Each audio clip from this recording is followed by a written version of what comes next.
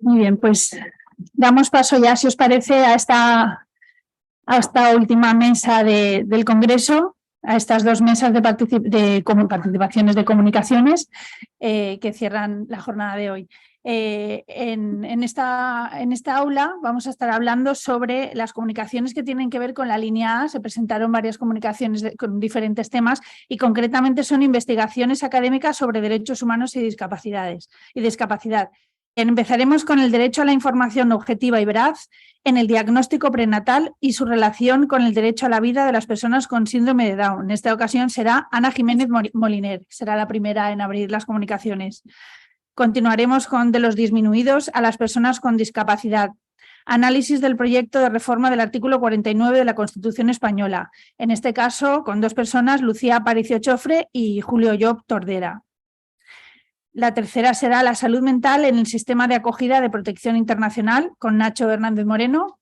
Y para finalizar, María Teresa García Berrio Hernández con derechos humanos y diversidad funcional, desafíos éticos en el modelo de accesibilidad universal para las personas con discapacidad. Dicho esto, no quito más tiempo, que lo importante son vuestras comunicaciones. Buenas tardes. Voy a intentar ceñirme a los 10 minutos, igual me voy a los 12, para intentar dejar un turno de intervenciones a continuación. Mi comunicación versa sobre el derecho a la información objetiva y veraz en el diagnóstico prenatal y su relación con el derecho a la vida de las personas con síndrome de Down.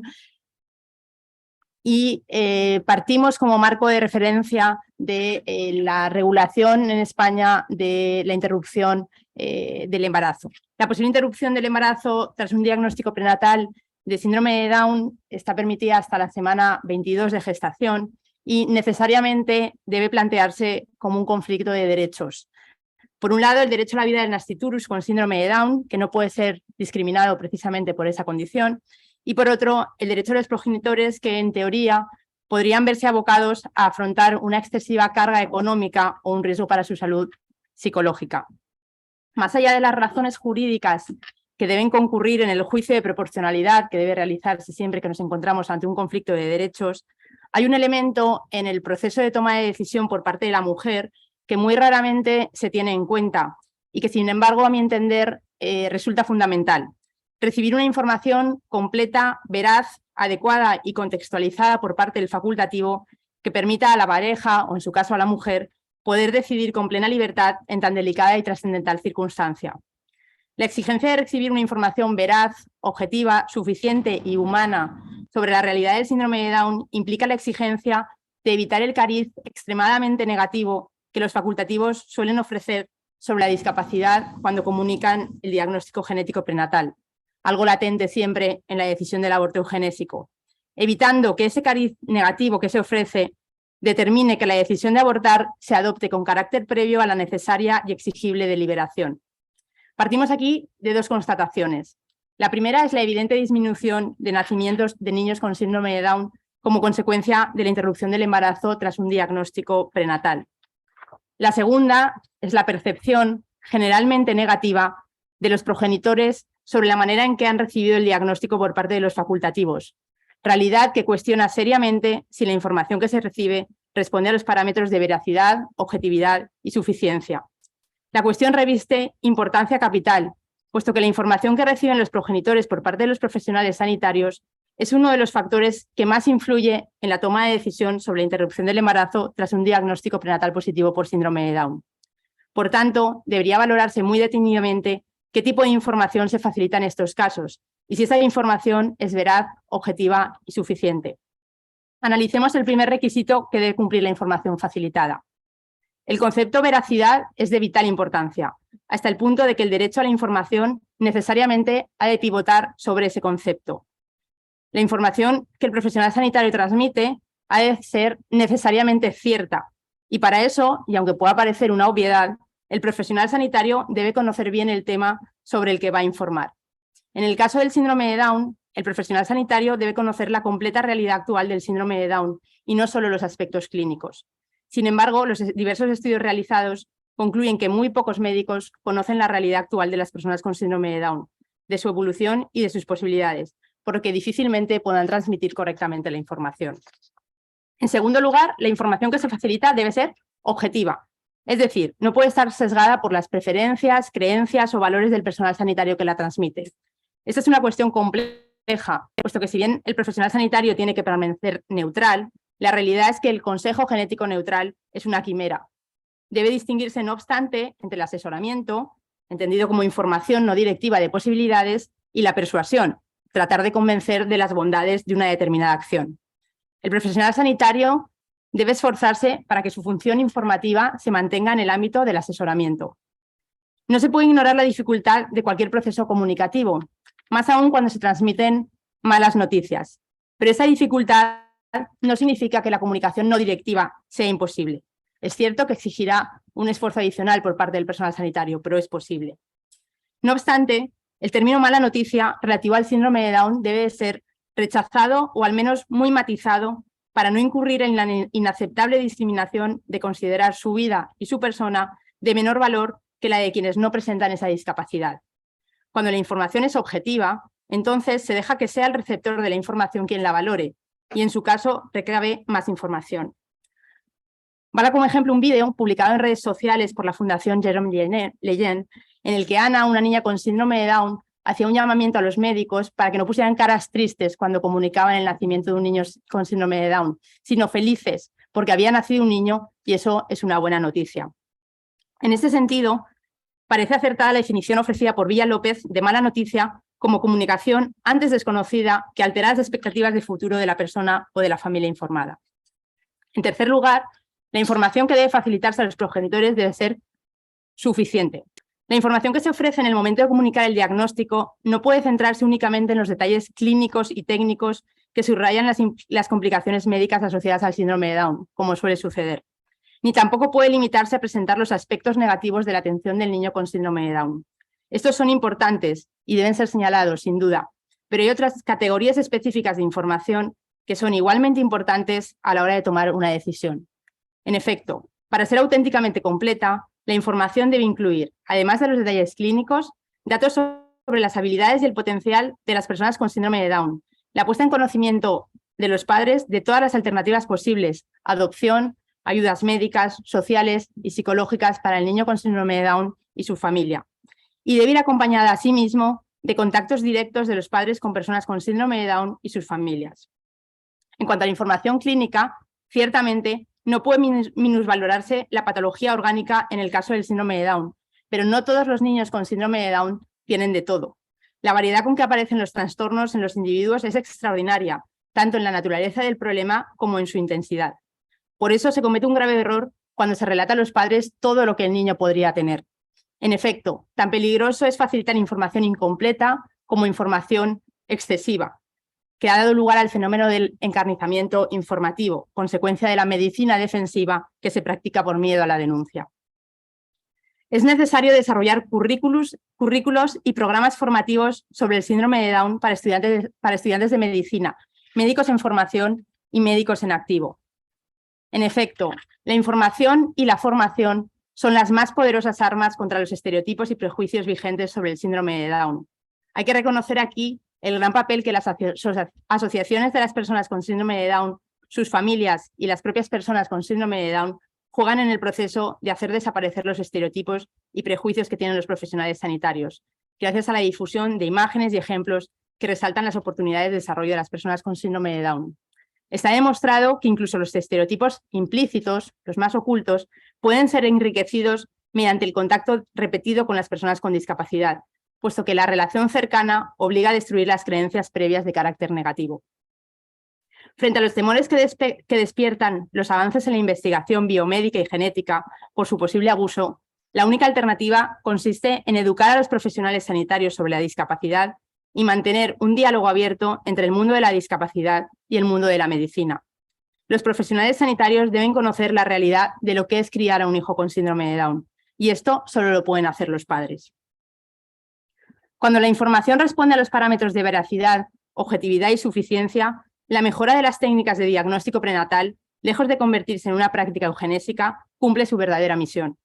En efecto, se ha criminalizado el uso de las técnicas de diagnóstico prenatal. Sin embargo, a pesar de que en el caso del síndrome de Down no hay terapia prenatal eficaz y que las pruebas diagnósticas son invasivas y, aunque moderado, suponen un riesgo, tienen un carácter positivo, puesto que permiten una asistencia perinatal más adecuada, una mejor anticipación neonatal en el caso de que existan otras anomalías, así como la preparación anímica de los padres, y hablo desde la experiencia.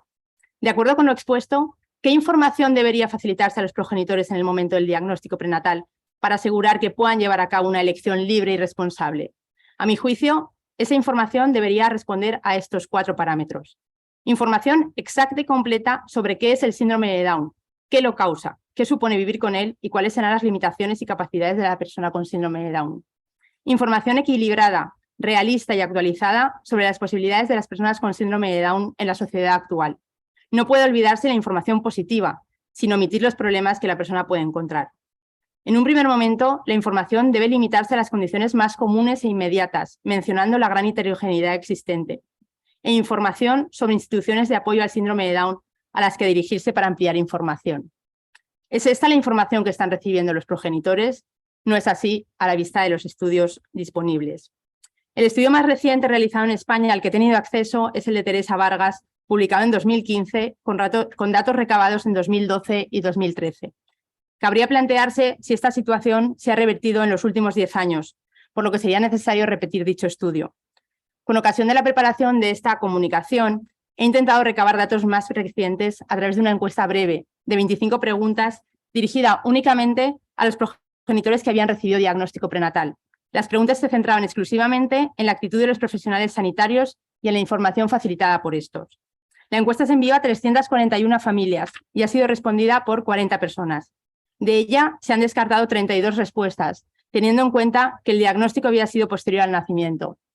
Ciertamente se trata de una muestra muy poco significativa, pero el dato más revelador probablemente sea que en un periodo en el que las pruebas de cribado se han generalizado, solo se hayan recibido 8 respuestas de madres de niños con síndrome de Down que habían recibido diagnóstico prenatal, nacidos entre 2012 y 2022. De acuerdo con la valoración de esas 8 madres, la situación no ha cambiado demasiado. Solo un apunte. En 6 de los 8 casos se facilitó información sobre los aspectos médicos negativos, pero solo en 1 la madre recibió información sobre los aspectos positivos. Son numerosos los autores que acusan a los médicos de mentalidad eugenésica y de practicar el consejo coercitivo. Aunque se trata de una realidad que no se puede negar, también considero que en muchos casos la información sesgada que ofrece el personal sanitario es consecuencia de la falta de información y de los prejuicios y estereotipos vigentes en la sociedad sobre el síndrome de Down, a los que los médicos no son inmunes. Y es aquí donde hay un camino por recorrer, que además es factible recorrer. Cambiar la mentalidad eugenésica y utilitarista de la sociedad puede parecer una utopía. Cambiar la percepción que la sociedad tiene sobre la discapacidad y que se acepte que esta es una componente intrínseca de la humanidad es, cuando menos, difícil. Y si bien no debe cejarse en el empeño, en el mejor de los casos requiere mucho tiempo. En cambio, facilitar a los profesionales sanitarios las herramientas para que puedan cumplir adecuadamente con su deber de información y puedan ofrecer a las familias la información que necesitan para tomar una decisión es un objetivo mucho menos ambicioso, que además ha demostrado que da buenos resultados. Muchas gracias.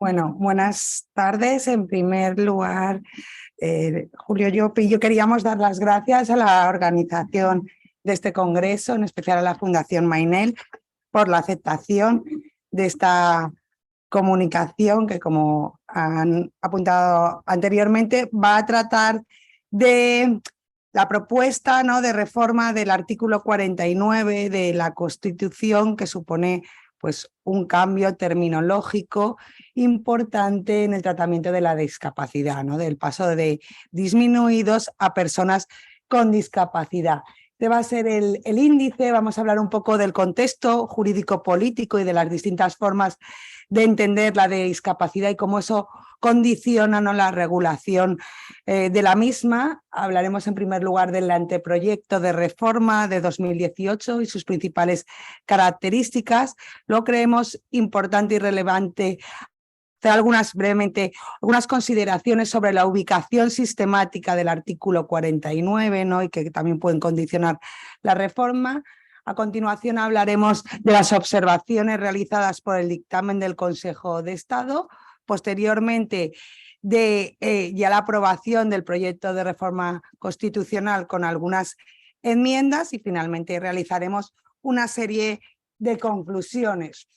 Es obvio, ¿no?, que el hecho de dotar de significado a los objetos, ¿no?, a las situaciones, en este caso hablando de la discapacidad, va a determinar cómo se va a orientar nuestro comportamiento en relación con ese significado, ¿no? Y en el ámbito jurídico, pues la respuesta del derecho va a depender de esa concepción que tengamos del fenómeno de la discapacidad. Haciendo una breve recopilación, vemos cómo se han presentado distintos modelos o formas de aproximarse a la discapacidad. La primera, podemos decir, es un modelo individual, centrado, basado en la perspectiva de las funcionalidades, donde el foco de atención está en los déficits que hacen que esa persona no pueda participar en la sociedad. Y lo que trata es de adaptar a la persona a la sociedad y no al revés.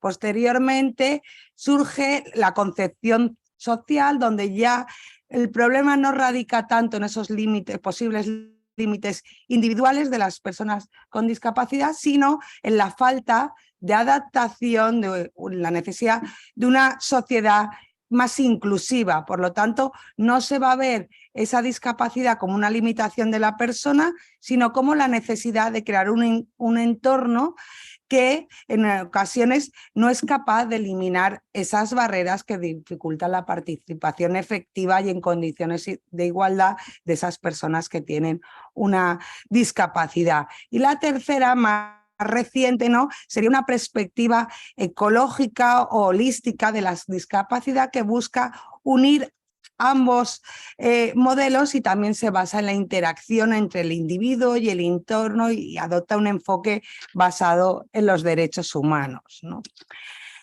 La evolución, nuestra evolución en, digamos, en la concepción de la discapacidad también obviamente se ha visto plasmada en el tratamiento normativo y jurídico de la misma. Hemos cogido, Julio y yo, la última definición, ¿no?, que realiza en su informe el Consejo de Estado, que dice que debe ser comprendida, ¿no?, como una realidad que precisa de medidas de acción positiva por parte de los poderes públicos orientada a la integración efectiva de las personas con discapacidad en la sociedad. Por lo que se refiere ya al ámbito jurídico, las primeras normas del tratamiento de la discapacidad surgen en el siglo XIX, fundamentalmente con una perspectiva patrimonial, ¿no?, dirigida a dar una respuesta a aquellos supuestos más graves, como era la incapacitación, la sustitución de la voluntad del declarado incapaz. Posteriormente, entrando en la Constitución española, podemos decir que fue pionera, como luego veremos con el artículo 49, que se basa en la Constitución portuguesa, en la tutela de este colectivo, incluso adelantándose en el año 78 a este tratamiento que a nivel de la Unión Europea y comunitario no llega hasta la aprobación del Tratado de Ámsterdam en el artículo 13, cuando aborda, ¿no?, diversas situaciones de discriminación, entre las que se encuentra la de personas con discapacidad, y que posteriormente se ha ido profundizando en el acervo comunitario, y en la actualidad queríamos destacar la segunda estrategia, ¿no?, de la Unión Europea sobre derechos de las personas con discapacidad, que va desde el año 2021 al año 2030. Pero lo que nos parece más relevante es toda la transformación, ¿no?, que en este proceso de especificación de los derechos humanos ha venido dada a nivel internacional con la aprobación en el año 2006 por parte de Naciones Unidas de la Convención, ¿no?, sobre personas con discapacidad, que no solo en su contenido va a reconocer una serie de derechos, sino que también establece mandatos de acción positiva, ¿no?, para para conseguir, ¿no?, una igualdad efectiva y la garantía de todos los derechos humanos, ¿no?, específicos, en este caso de las personas con discapacidad, y que ha tenido un poder, ¿no?, digamos, a nivel normativo revolucionario, no ya en la Unión Europea, pero también en el ordenamiento jurídico español, ¿no? Y ha impulsado una serie de reformas legislativas, como la aprobación en el año 2013 del texto refundido de la Ley General de Derechos de las Personas con Discapacidad y su inclusión social. Teniendo esto en cuenta, ¿no?, se plantea esta reforma en el año 2018. Hay que decir que era una reivindicación histórica, ¿no?, digamos, del colectivo de personas con discapacidad, sobre todo pues, por la utilización, ¿no?, del término disminuido en la Constitución, pues que se veía como peyorativo y como propio de otros tiempos. En esta reforma, en el anteproyecto, pues se da respuesta a esta reivindicación social de eliminar el término disminuido. También se reconoce una serie de derechos de los que van a ser subjetivos, que van a ser titulares las personas con discapacidad, y también se establece que los poderes públicos pues tienen que garantizar su plena autonomía e inclusión social, ¿no? Y incide en la participación de las asociaciones que representan a este colectivo. Y en último lugar, como luego veremos, en el último apartado, porque el artículo 49 pasa de dividirse de un apartado en 4, pues incide en la discriminación interseccional en el caso de las niñas, ¿no?, y de las mujeres con discapacidad. El motivo de esta reforma pues, es la adaptación del derecho español a esta Convención de Naciones Unidas de 2006 y también a la realidad social, y también modificar esta visión no tanto médico-rehabilitadora, sino una visión más integral de la discapacidad. Otro de los objetivos que se proponían con este anteproyecto era incluir expresamente en el artículo 49 el contenido de los artículos 9, 2, 10 y 14, ¿no?, para incentivar esta visión subjetiva de los derechos y promover una dimensión más activa y participativa de todas estas políticas dirigidas a una igualdad o una participación plena de las personas con discapacidad a través de sus organizaciones representativas, ¿no?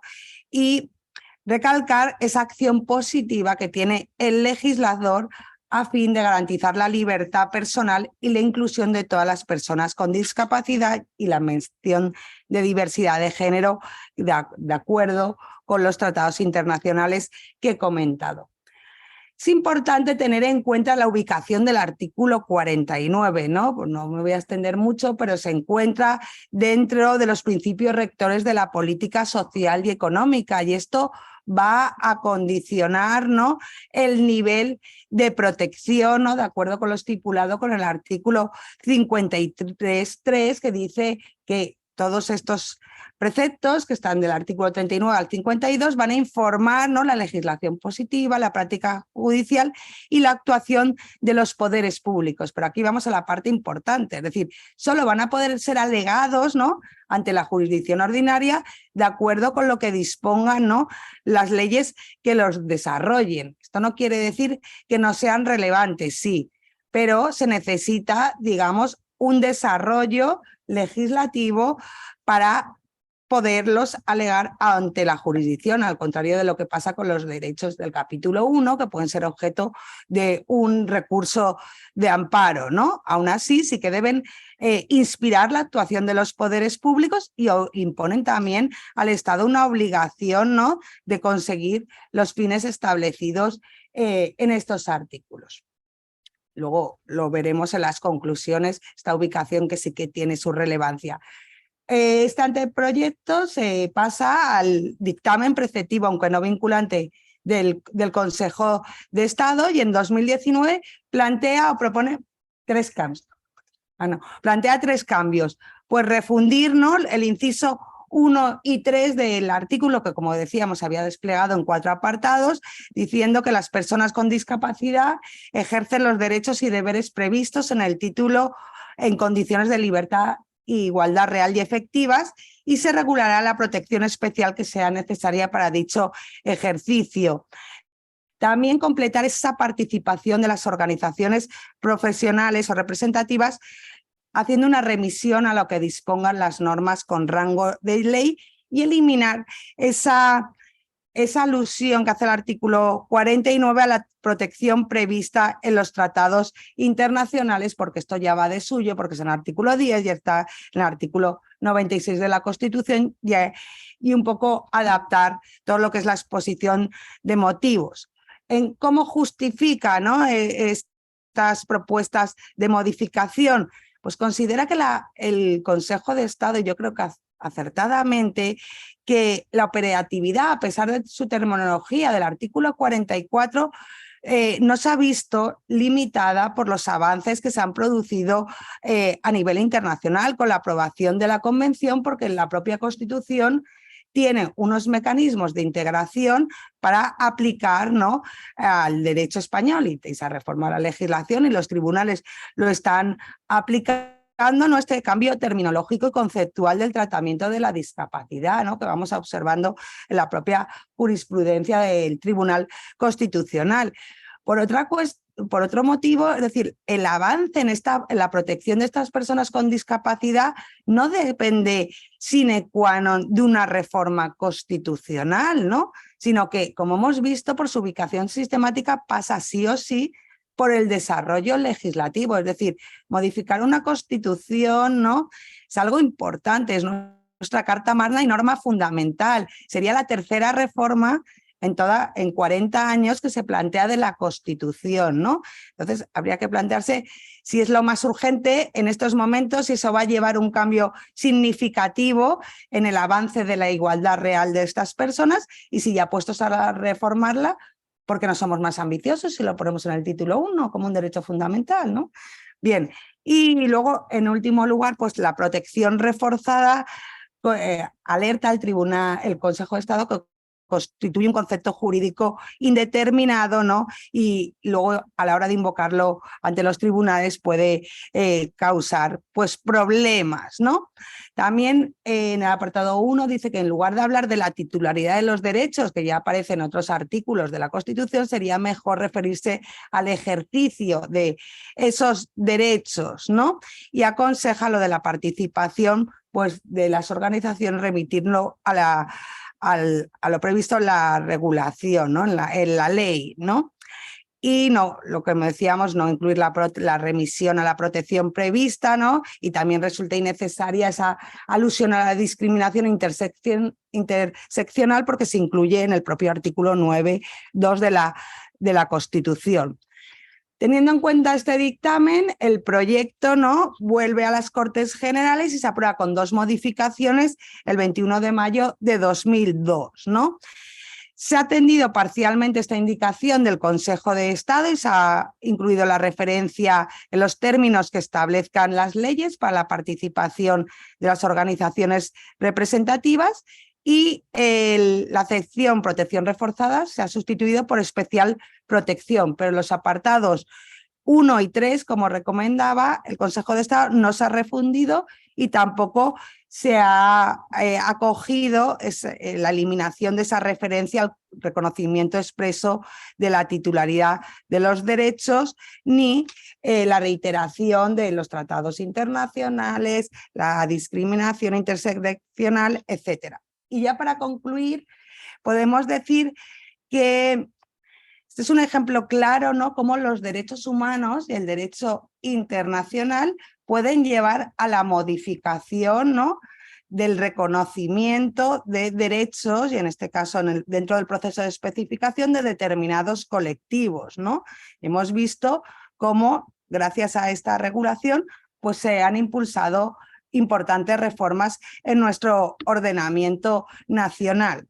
Respecto a esta sustitución de la terminología, está claro que el término disminuidos no se adecua al sentir social, pero yo creo que cambiarlo a estas alturas por personas con discapacidad tampoco, ¿no? Como la compañera va a hablar, pues todos, diversidad funcional, todos somos diferentes, no hay que abogar, como decía la profesora Jiménez, por una sociedad donde no todos somos en producción iguales de la FOR, ¿no? Yo siempre digo, cada uno tenemos nuestra discapacidad, somos diferentes y eso es lo que enriquece a la sociedad, ¿no? Alguien tendrá más dificultad, pues hay que ayudarle más, ¿no? Pero habría que ver si eliminar ya de por todas, ¿no? Discapacidad, si buscamos la etimología, también tiene una connotación negativa, ¿no? Si sería oportuno o no, ¿no? Y en estos momentos a lo mejor lo que hay que hacer es pedagogía social, ¿no? Y jurídica, y explicarle a la gente que aunque eso lo ponga en la Constitución, no es la realidad, porque hay una legislación, los tribunales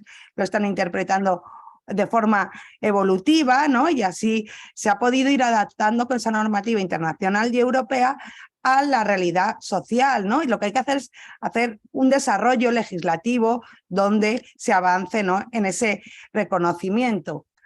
Respecto a la ubicación sistemática, es decir, como hemos visto en el capítulo 3, no es necesaria una reforma constitucional para avanzar en la protección de este colectivo. Lo que hay que hacer son leyes efectivas y no creo que en estos momentos la preocupación de las personas con discapacidad, si la Constitución expone disminuidos o con discapacidad, lo veíamos el otro día. Lo mejor es más interesante reformar el sistema de cotización o de jubilación de las personas con discapacidad, otros problemas más urgentes que afectan a su día a día, pero como siempre, eso requiere más dinero que lo otro, ¿no?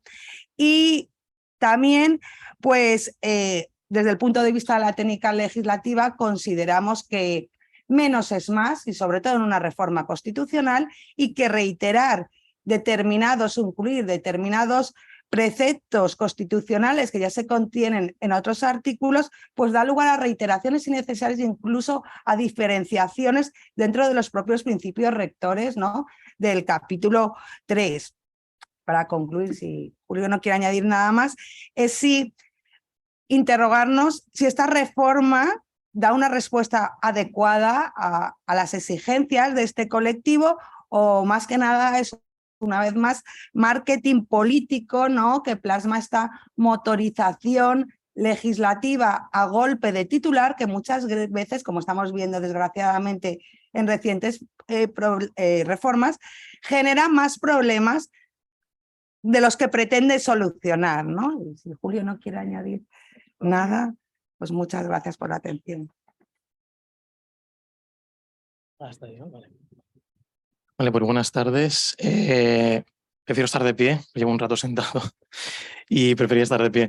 En primer lugar, muchísimas gracias por aceptar la comunicación. En mi caso, lo que trataré será, el objetivo de la comunicación como tal sería analizar si existe protección para las personas refugiadas. Sí, perfecto, vale.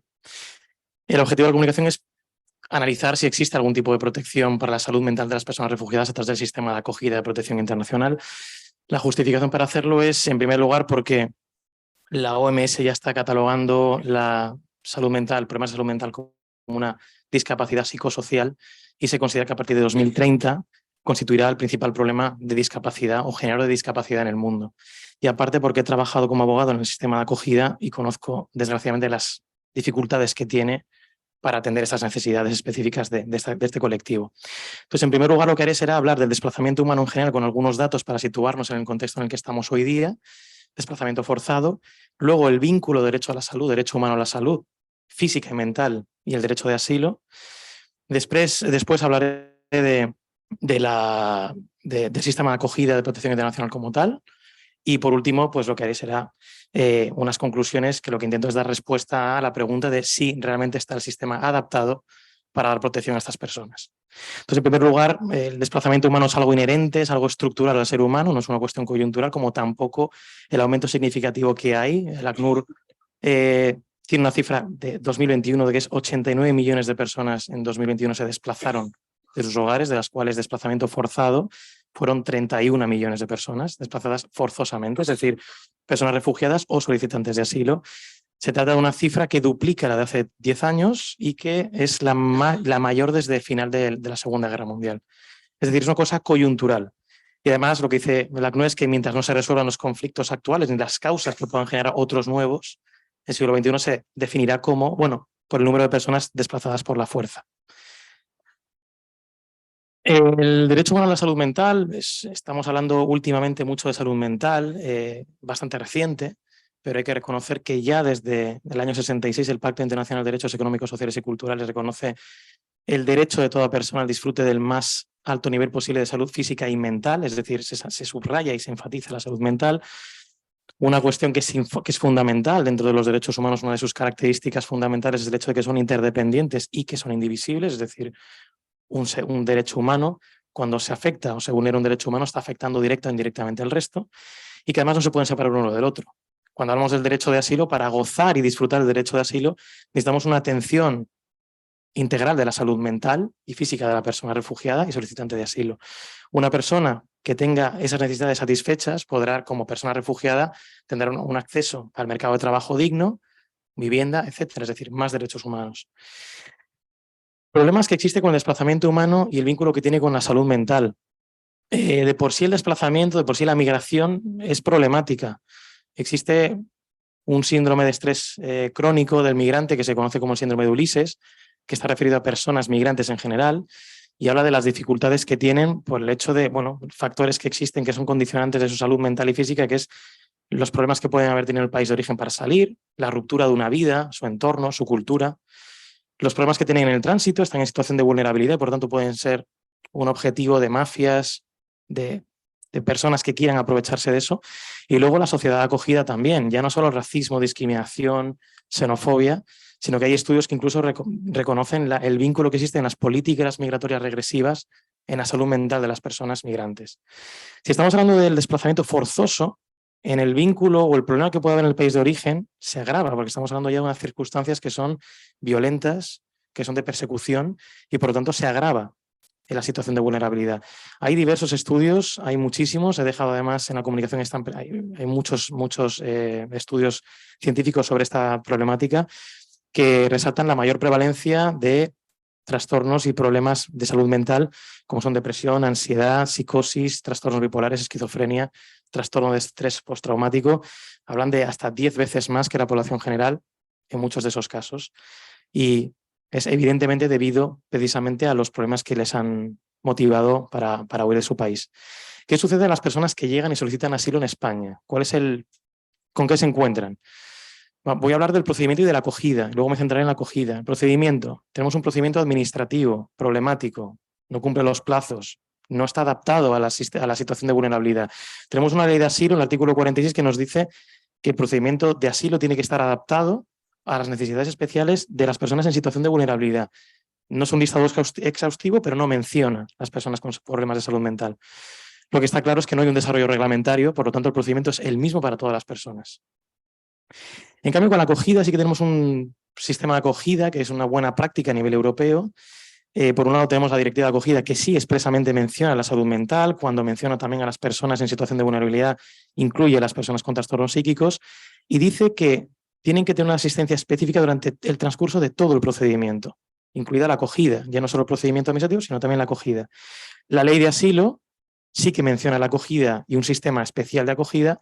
Y afortunadamente, pero muy tarde ha llegado, fue en 29 de marzo del año pasado, llegó el reglamento que desarrolla el sistema de acogida que antes se hacía a través de manuales sin rango legal.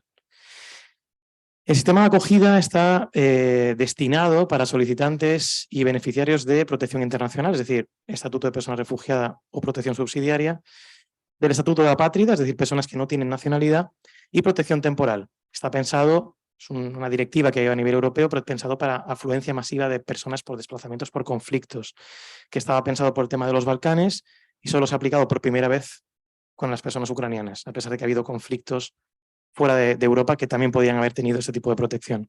Las fases del sistema son 3, aunque son 2 realmente el sistema de acogida, que sería acogida autonomía. Hay una prefase que digamos que llega hasta el primer mes, o sea, se llega a un mes, y que se hace una elaboración del perfil de la persona que llega, cuáles son sus necesidades específicas, y se le deriva a un dispositivo de acogida que tenga o que atienda esas necesidades específicas que necesita esa persona. Y ya pasaremos a la fase de acogida, que es en un centro o en un dispositivo de acogida, que son apartamentos o pisos privados que puede haber en ciudades o en pueblos, y lo que se hace es un apoyo para su integración social y se les dota de habilidades para una vida autónoma e independiente en España. Pasados 6 meses o cuando se le concede el estatuto, pasan a la segunda fase, que es de autonomía, en la cual ya están fuera. Ay, gracias. No me he dado cuenta, podía haberlo hecho yo. No, pero había haberlo hecho yo, pero muchas gracias. En esta fase ya están fuera de los recursos, es decir, están fuera de los dispositivos de acogida, pero se les concede unas ayudas económicas para alquilar pisos, por ejemplo. Y se pretende una consolidación de las habilidades que se les ha pretendido enseñar en la primera fase. ¿Cuál es el problema que tenemos? ¿Está preparado el sistema de acogida para atender necesidades de salud mental? Tuvimos 119.926 personas que solicitaron asilo o el Estatuto de la Patria en 2022. El número, desde el año 2017 hasta ahora, no ha bajado de 65.000. Si sumamos las 160.000 personas de Ucrania que llegaron, son 280.000 personas. Todas ellas tendrían derecho a entrar al sistema de acogida si no tienen recursos, que es la gran mayoría. Número de plazas de acogida previstas desde 2023 a 2026 por la Dirección General del Sistema de Acogida de Protección Internacional y Temporal. 17.500, es decir, un 10% de solicitudes. Pero es que el número de plazas específicas para salud mental son 39. En cifras absurdas es un 0,0002% de las personas que vienen y solicitan asilo.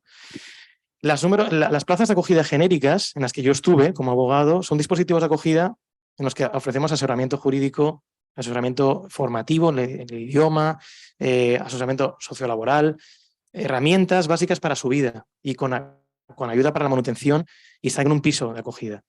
Las plazas específicas de salud mental, que son 39, que sé que hay 7 en Gijón, hay algunas cuantas en Cataluña, pero hay mucha falta de transparencia, no saben muy bien cómo son. Lo que sí sabes es que son una atención de 24 horas todos los días y que existe una coordinación terapéutica y una atención específica para problemas de salud mental. La pregunta y la conclusión es muy fácil, es muy sencilla.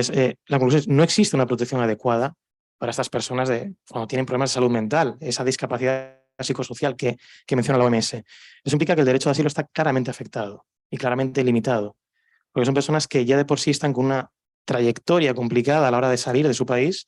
Cuando llegan aquí a una sociedad acogida, que puede ser también con los problemas y obstáculos del idioma, racismo, xenofobia, discriminación, si no se atienden realmente las necesidades específicas de salud mental, esas personas, cuando tengan el estatuto de persona refugiada, ¿cómo pueden acceder bien al mercado laboral? ¿Cómo pueden llevar una vida independiente y autónoma? Que es el objetivo que se pone por parte de la directiva, de la ley de asilo, y que es el objetivo que tiene el sistema de acogida. La respuesta es clara. No existe protección adecuada y el derecho de asilo está claramente afectado. Ya está. Muchas gracias. Buenas tardes. Bueno, el hecho de intervenir en último lugar me pone en una posición fácil y difícil al mismo tiempo. La fácil es que ya apelo a la condescendencia del público después de esta jornada maratoniana de congreso. Entonces, lo que yo diga hoy, pues poco va a importar, porque la mayoría va a estar ya pensando en que quiere volver a casa rápidamente. Y entonces la parte difícil es que tengo que intentar ajustarme mucho al tiempo para que no pueda abusar de la paciencia, ¿no? de aquí de los compañeros. Bueno, mi propuesta es una propuesta en mi condición de profesora de Filosofía del Derecho que viene un poco a ahondar también en una de las intervenciones que han tenido esta tarde, ¿no? Entonces, mi título utiliza 2 términos, como es accesibilidad universal por una parte y también el modelo de disfuncionalidad, que también es necesario y que también lo ha abordado en este sentido con anterioridad en la ponencia. Hoy en día cuantificamos y cualificamos el grado de desarrollo humano de buena parte de las políticas públicas en base al grado de inclusión igualitaria que ofrecemos a las personas vulnerables, ¿no? Esto es una constatación que en filosofía, la filósofa norteamericana Martha Nussbaum, pues ya nos señala y sostiene que vincular el nivel de accesibilidad universal, que es el objeto de observación en mi ponencia, con el grado de desarrollo humano de una sociedad supone un avance ético sin parangón, un avance ético sin precedente, porque nos compromete a vivir en una sociedad justa que reconozca igual dignidad de todas las personas vulnerables. Bien, en el propósito de mi propuesta de comunicación debo comenzar planteándome sí cabe preguntarse si esta explicación que nos aporta Martha Nussbaum descansa verdaderamente en un compromiso firme por la justicia de las sociedades contemporáneas. Y para poder responder a esta pregunta, que no es fácil, creo que es necesario abordar un debate en torno al sustrato axiológico y filosófico implícito en las políticas públicas sobre discapacidad. Y dado lo ambicioso que es esta empresa, propongo acotar mucho esta temática y reflexionar hoy solo sobre el tratamiento filosófico que se ofrece al derecho humano a la accesibilidad universal, ¿no? En mi propuesta de comunicación, el texto, pues ya me imagino que será objeto de difusión y se podrá leer completamente, pero yo he partido de un presupuesto que a mi juicio es ineludible, y es que el tratamiento de la accesibilidad universal, bajo el prisma que nos proporciona la Convención de Naciones Unidas sobre la discapacidad del año 2006, nos proporciona una explicación, pero una explicación muy acotada, y debe necesariamente extenderse a una investigación mucho más amplia, sobre todo en torno al tratamiento filosófico de la vulnerabilidad. De este modo, considero que podemos extrapolar nuestra atención desde un debate sectorial circunscrito como hoy al modelo de accesibilidad universal, hasta un debate global en torno al tratamiento de la vulnerabilidad asociada a la discapacidad dentro de los principales relatos históricos de nuestras creencias sobre la justicia, que abordan evidentemente las tres nociones filosóficas básicas de utilidad, de consentimiento y de virtud, ¿no? Entonces, en el texto de mi comunicación he explorado, en primer lugar, el modelo contemporáneo de diversidad funcional, para en un segundo momento continuar indagando sobre las concepciones filosóficas de la vulnerabilidad que mejor se adaptan al modelo de diversidad funcional. Bien, en esta exposición me voy a circunscribir solo, por razones de tiempo, evidentemente, a solo una de estas cuestiones, y va a ser la segunda, que creo que es la más interesante, ¿no? Entonces, es bien sabido que el modelo de diversidad funcional que introduce la Convención del 2006 trata de superar un enfoque técnico tradicional de la discapacidad que habéis abordado antes, precisamente cuando habéis visto los diferentes modelos, y en la medida en que a través de la Convención se considera que cuando existen unas bases sociales injustas por contrarias al igualitarismo y que desfavorecen en consecuencia a las personas que tienen algún tipo de impedimento, ya sea físico, psicológico o sectorial, se debe abordar un modelo de resolución social común, ¿no? Entonces pasamos, a través de la Convención, pasamos desde un modelo de la diversidad funcional que se focaliza y que focaliza el problema fuera de la persona, y lo situamos después en un problema que nos obliga a enfocar la diversidad funcional dentro de la sociedad. Ya no es un problema de la persona que sufre la discapacidad, sino que es un problema de todos nosotros, de la sociedad en su conjunto. Entonces, este modelo de diversidad funcional que aporta la Convención, que localiza el problema fuera de la persona y dentro de la sociedad, reposa en tres presupuestos, sobre todo que tienen una trascendencia filosófica importante. El primero es el que considera que la discapacidad debe tratarse como un fenómeno social, no como un rasgo individual de las personas con discapacidad. Y por consiguiente, las limitaciones funcionales serían las propias limitaciones de la sociedad para resolver las necesidades específicas de aquellas personas con discapacidad, ¿no? El segundo, ese es el presupuesto más obvio. El segundo presupuesto significa que para poder aplicar en la práctica el modelo social de diversidad funcional debemos asumir y garantizar la propia autonomía de la persona con discapacidad que decide libremente respecto de su propia vida. Este modelo asume la autonomía kantiana, es decir, en base a la cual se debe abandonar el marco asistencial que estigmatiza a aquellos colectivos especialmente vulnerables, ¿no? Hay un tercer presupuesto y último que tiene una vinculación directa con una tradición filosófica, que es que este modelo de diversidad funcional que aporta la Convención de Naciones Unidas sobre Discapacidad busca la inclusión a través de la igualdad de oportunidades. Estamos hablando de un presupuesto básico dentro de lo que es el modelo liberal, ¿no? Entonces, desde esta perspectiva, la discapacidad es presupuesta como una limitación de las oportunidades que sufre la persona para poder participar plenamente en la normalidad de la vida cívica, es decir, en la llamada vida normal de la comunidad, ¿no? Sin embargo, cuando abordamos el modelo de diversidad, creo que no estamos prestando suficiente atención al hecho de que este nuevo entendimiento de la discapacidad supone un claro cambio de paradigma en el tratamiento del modelo de diversidad funcional. Abordamos desde el individualismo del modelo liberal y empezamos a entrar dentro de un modelo del universalismo, ¿no? Se abandona el modelo de percepción de quienes sufren discapacidad como recipientes instrumentales de protección social y paternalismo institucional, y empezamos a reconocer la condición de las personas con discapacidad como miembros plenos de la cultura cívica y de la comunidad, ¿no? Entonces, la Convención de Naciones Unidas sobre los Derechos de las Personas con Discapacidad, por lo que se refiere al derecho humano a la accesibilidad universal, supone un punto de inflexión en el tránsito desde un modelo rehabilitador hacia un modelo social. Esto está claro. Y eso se traduce en el campo de la ética y en el campo de la filosofía jurídica también, en tomar partido por un enfoque que es un enfoque neoaristotélico. Un enfoque favorable a ampliar el ámbito de comprensión de la condición de vulnerabilidad relacionada con la discapacidad a través del deber cívico de cuidar de los vulnerables, de empoderarlos, utilizando ese neologismo que está muy en boga hoy en día, para que estas personas puedan llevar adelante sus vidas de la mejor manera posible, ¿no? Y en este contexto, filósofos comunitaristas como Michael Sandel o liberales humanitaristas como, por ejemplo, Amartya Sen, propugnan un nuevo deber cívico, favorecedor de un entorno que permita a aquellos sujetos con discapacidad participar activamente en la sociedad a través de una serie de medidas que favorezcan y promuevan la inclusión social. En este debate filosófico destaca sobre todo una figura que ya he mencionado al comienzo de mi exposición, que es Martha Nussbaum.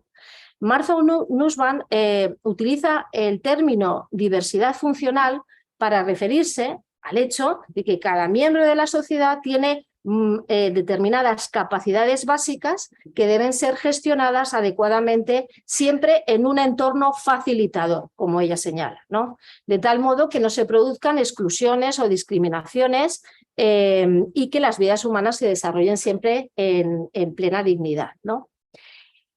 Recientes aportaciones en filosofía moral, como la de la filósofa española y valenciana Adela Cortina, ponen el foco de atención precisamente en la obsolescencia del modelo de autonomía de voluntad kantiana que ha recogido la doctrina liberal del individualismo moral y que se ha consolidado plenamente en la ética contemporánea occidental, ¿no?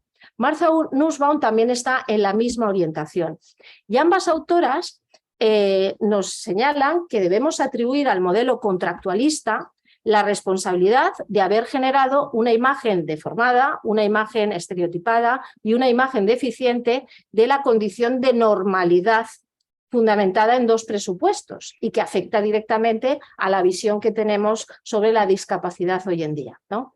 Esos dos presupuestos que señalan estas autoras son, en primer lugar, la ficción de la autosuficiencia personal, que nos aporta la imagen liberal de la persona como sujeto agente de nuestras vidas. Volvemos al eslogan libertario: yo soy mi propio dueño, ¿verdad?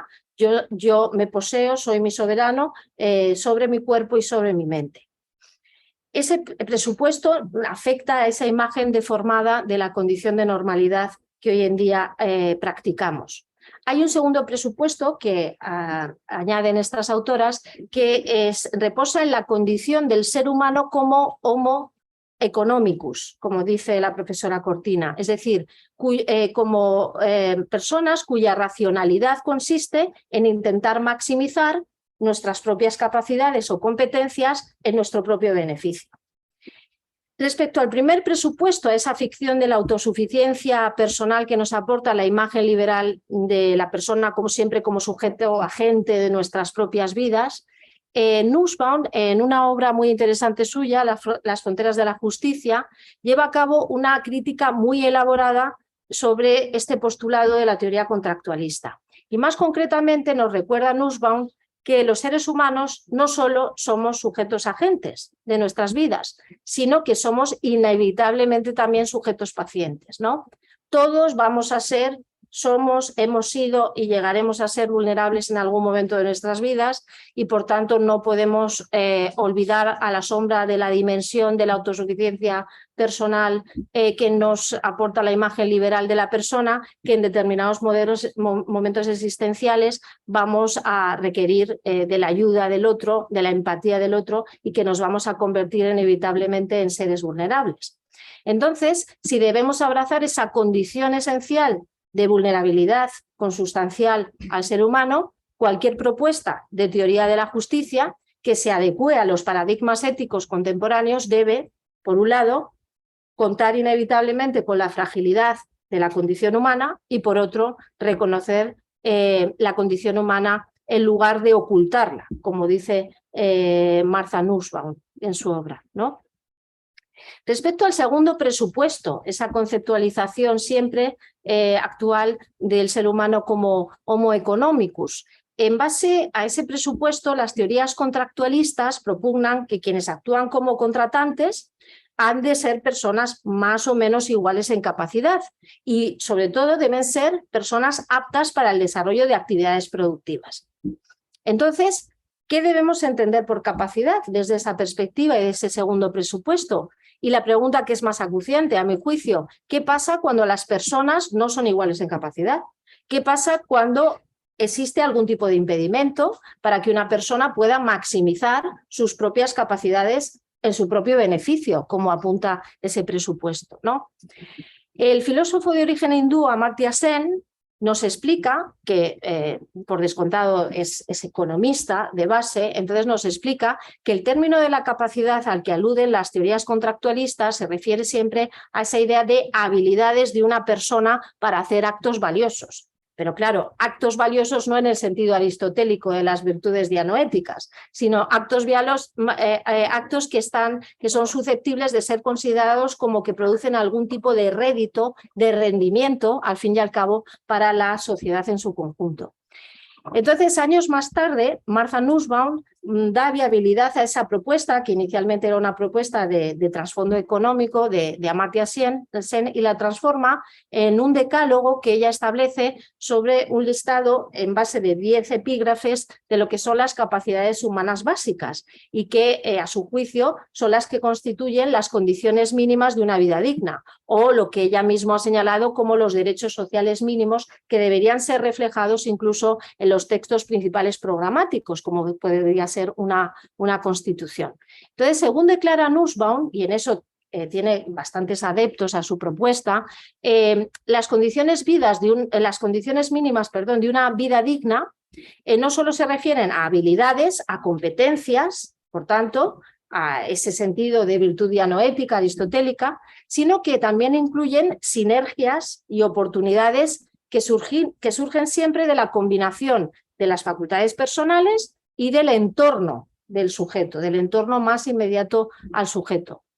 Y esta última reflexión pues, plantea problemas y cobra especial relevancia, a mi juicio, en la temática de estudio de mi ponencia, que es la diversidad funcional y el modelo de accesibilidad universal, porque nos lleva inevitablemente a interpelarnos acerca de la viabilidad de la propuesta que encierra el llamado enfoque de las capacidades que plantea Nussbaum y por tanto hay dos cuestionamientos y sobre esos dos cuestionamientos son como dos preguntas abiertas, como no podría ser de otra forma en filosofía, que nunca podemos cerrar el círculo, dos cuestionamientos que tenemos que hacer respecto a este enfoque, el enfoque de las capacidades que se ha considerado sobre todo en la doctrina norteamericana que sirve para sustanciar el concepto de diversidad funcional.